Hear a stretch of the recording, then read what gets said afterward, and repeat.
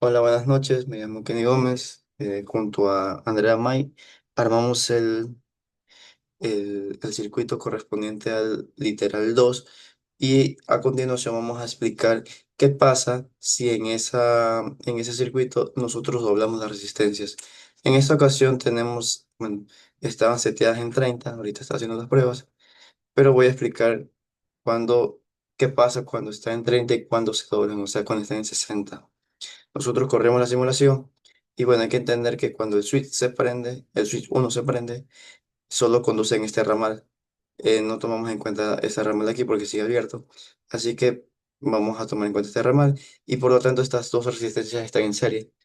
Entonces hay 60 ohmios en total en esa resistencia de la impedancia. Por lo tanto, pues vamos a tener un valor de voltaje que corresponda a esa resistencia. Asimismo, con los capacitores y con el capacitor inductor, vamos a ver primero ese comportamiento, algo parecido a lo que ya vimos en clase, que cuando se llega a prender el primer switch, pues llega a conducir, pero cuando se llega a prender el segundo switch, esto de aquí se vuelve un corto para esta resistencia y por lo tanto omite esa resistencia y la resistencia total de la impedancia llega a ser menor. Por lo tanto, al ser una resistencia menor, hay mayor voltaje. Por eso es que cuando nosotros vemos aquí la resistencia, no, este no es, disculpen, aquí está, disculpen, sí, aquí está. Aquí el voltaje de la resistencia 1 llega hasta antes de 60 voltios, pero después de que el switch haga un corto con la otra resistencia y por lo tanto la resistencia de la impedancia se haga menor, vemos que el voltaje llega a ser un poco más de 60, o sea, aumenta. Cuando hay una resistencia menos, una resistencia menor, el voltaje llega a aumentar en esa resistencia. Y eso tiene sentido en ese caso, porque menor resistencia al sistema, un mayor voltaje pues va a pasar por esos componentes. La ley de Ohm, ¿no?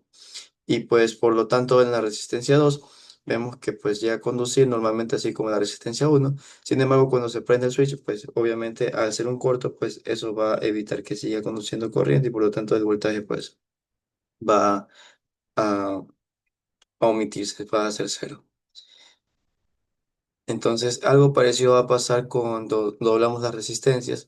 Cuando ponemos 60-60, nosotros pues vamos a lograr ver un comportamiento similar.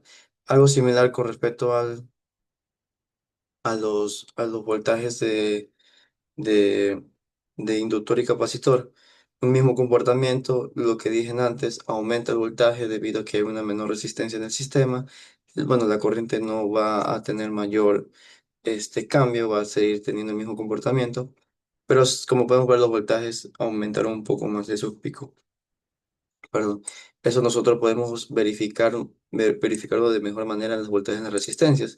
Como podemos ver, ahora, de que s- en el anterior gráfico, antes de que se prenda el switch 2, el voltaje pico estaba alrededor de antes de 60, ahorita está más de 60. Y después de que se prenda el switch 2 y omita una resistencia, haciendo que la resistencia de impedancia sea menor, es más de 1000, perdón, es de más de 100 el voltaje pico. Por lo tanto, verificamos que mientras menos resistencia haya en el sistema, más voltaje va a haber en los componentes dichos. Lo mismo para la resistencia, no, es un mismo comportamiento, conduce hasta que el switch 2 se prenda y por lo tanto deja de conducir energía, por lo tanto, pues su voltaje va a ser cero. Eso más que nada el comportamiento de este circuito cuando sus resistencias llegan a doblar. El voltaje aumenta cuando hay menor resistencia en el sistema. Y eso pasa pues cuando el switch 2 llega pues a activarse en este caso por ser un circuito, un cortocircuito. Muchas gracias por su atención.